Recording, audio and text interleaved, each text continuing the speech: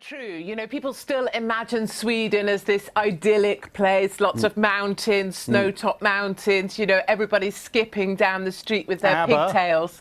I was there quite recently and I found it to be a very hostile place indeed. I went to walk the no-go zones. There's about 62 no-go zones now in Sweden where the police fear to go, where the ambulances can't respond to emergencies and where fire engines have to be taken by police because the fire engines are attacked.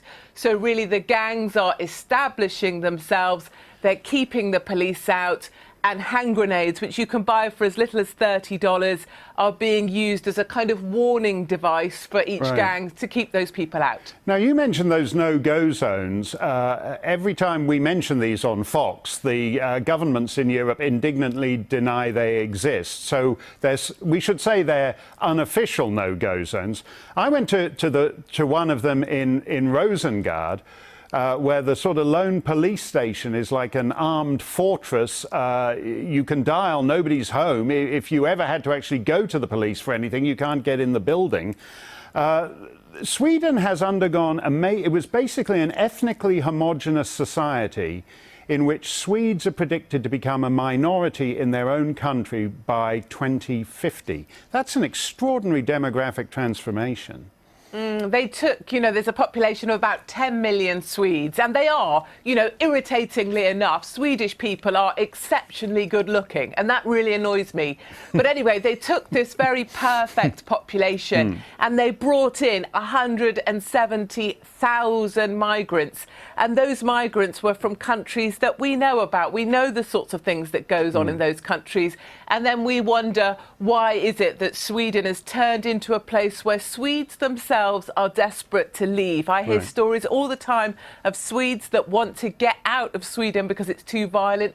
Norway says it doesn't want to become Sweden. And what really bugs me is the media will not be honest about it. They talk about these individuals, these migrants, they talk about them as the new Swedes. Well, guess what? You can't take Mohammed, stick a blonde wig on him and put a name badge that says Ulf and turn him into a Swede. It doesn't work like that.